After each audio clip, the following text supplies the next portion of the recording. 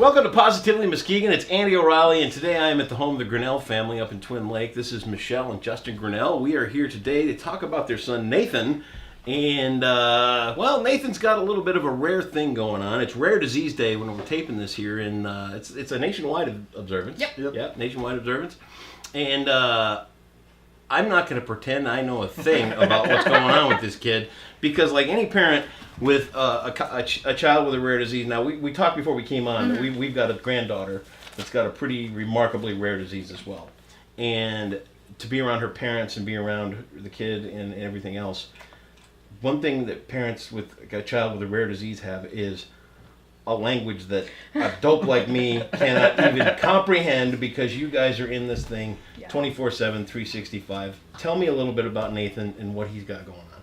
So Nathan was diagnosed when he was 7 months old with a condition called neutropenia, and that was the first kind of gateway, if you will, into this disease that he has. And I remember being at DeVos and them writing the word neutropenia down, or saying the word neutropenia.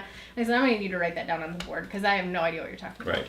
And so from then, it's really only spiraled into different doctor's offices and genetic tests, and he finally landed on the diagnosis of Shwachman-Diamond syndrome. Shwachman-Diamond syndrome. Shwachman. It takes some practice. Yeah, it does. Huh? We just call it SDS. You can call SDS, yeah, okay. It's much easier. And overall, what does SDS mean for this little fella? He's 4. He's 4. Yep. Okay. He just turned 4 in August, so I guess not just. What does it mean? What does it mean? It means that SDS is characterized a lot by skeletal abnormalities, bone marrow failure, other blood cell line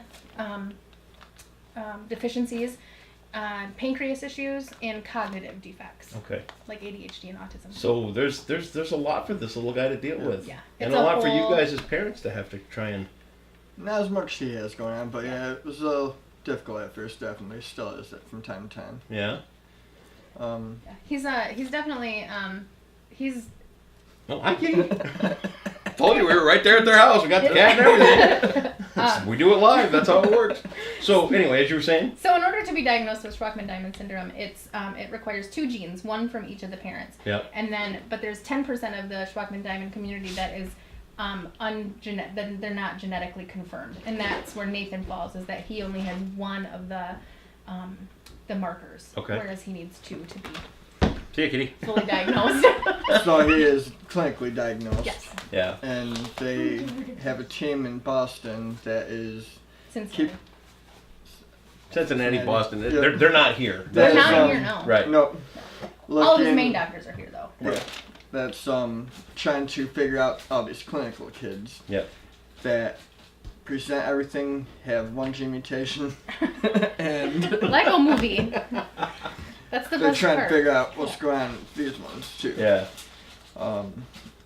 1 out of 3 boys needs a bone marrow transplant at some point in time, so we always need to do a yearly bone marrow biopsy to make sure that he's not turned into AML or pre-leukemic.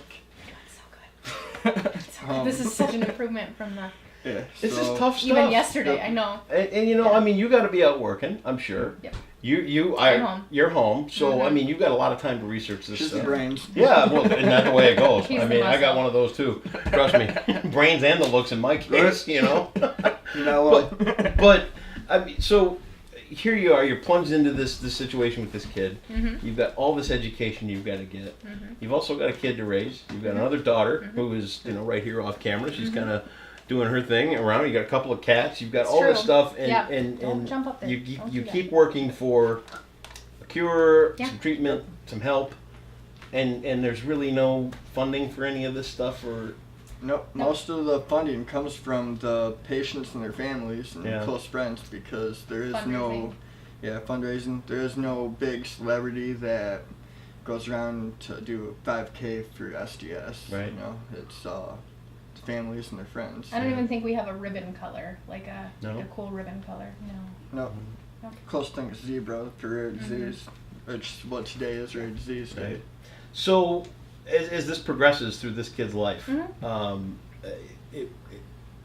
is it progressive? Is it something that is just there that he has to deal with? Yeah. How does it work? So it's not curable. There's no cure for SDS for the whole body. There's overall there's no cure. A transplant will take care of the bone marrow and the cell lines. Okay.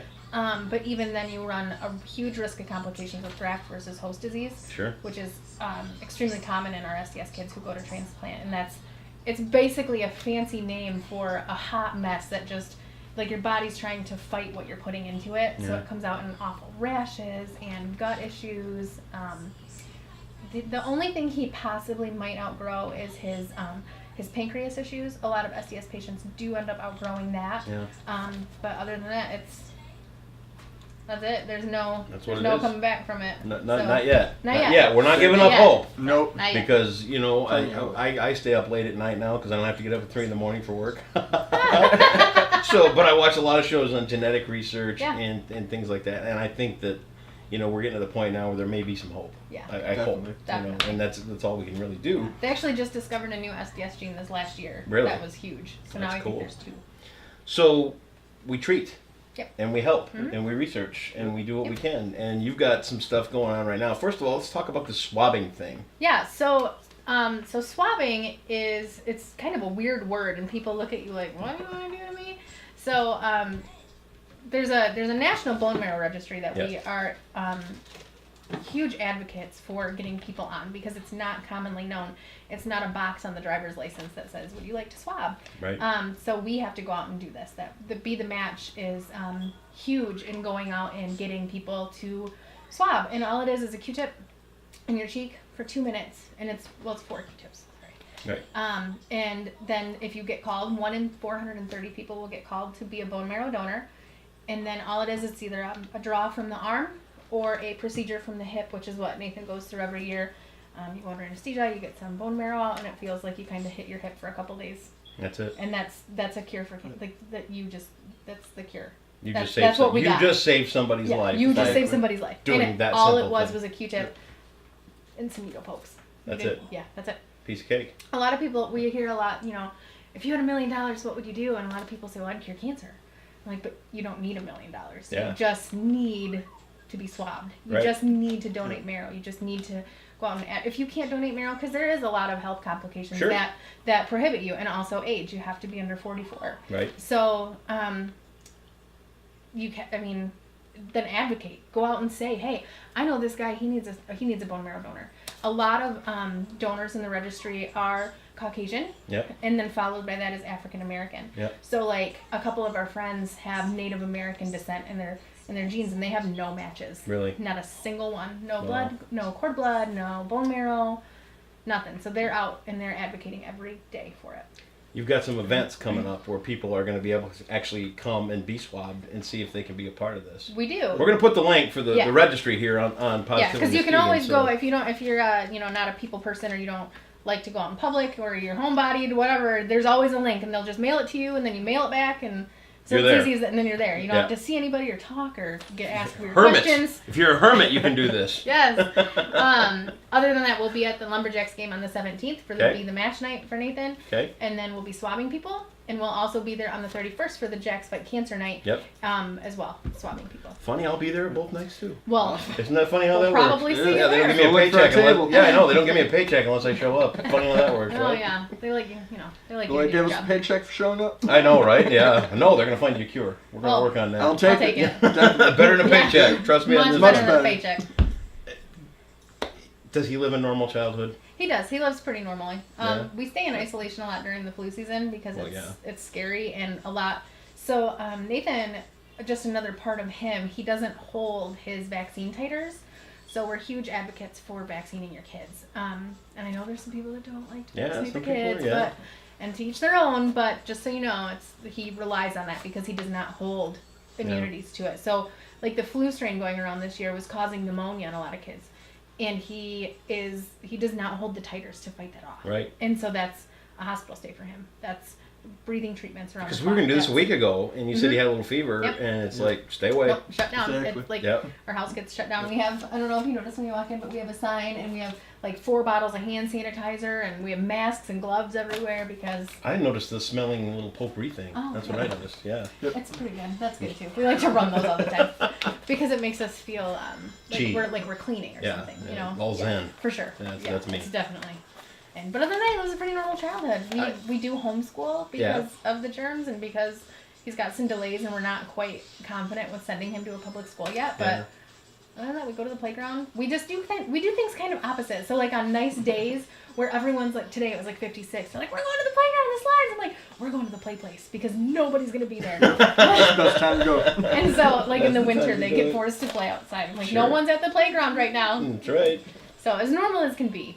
Yeah, That's awesome. It involves a lot of hospital admissions. We've been pretty lucky this year, but the stomach bug. So he's fed via feeding tube. Is he really? Mm-hmm, because and you didn't even notice because his it's just a little tubey that. I see when we pull up and the kid comes running out of the house and it's like, can't we get like greeted like this everywhere? Yeah, like hello. Yeah, I know. It's like he's ready to just jump in the car and go. I'm like, hey, come on, let's go to Chuck E. It's Cheese a or shame that you whatever. weren't the UPS guy. Oh You really have to my get goodness. So UPS delivers his medications every month and like on the clock every month, and it's the same guy, and he's super kind.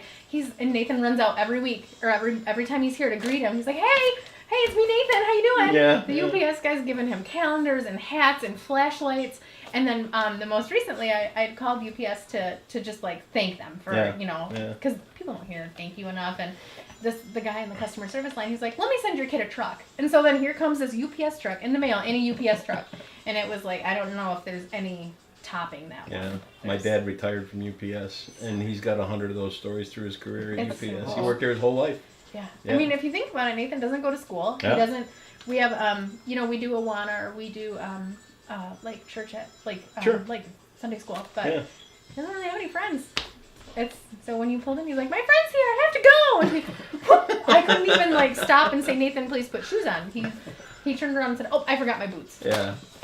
Ran right back out. You bring up Awana and you bring up church. How much does faith play into this? A ton. I don't know what we would do without God, and He's definitely brought us through some very dark times. Yeah. And I battle with depression frequently, but He pulls me through. It's a big deal.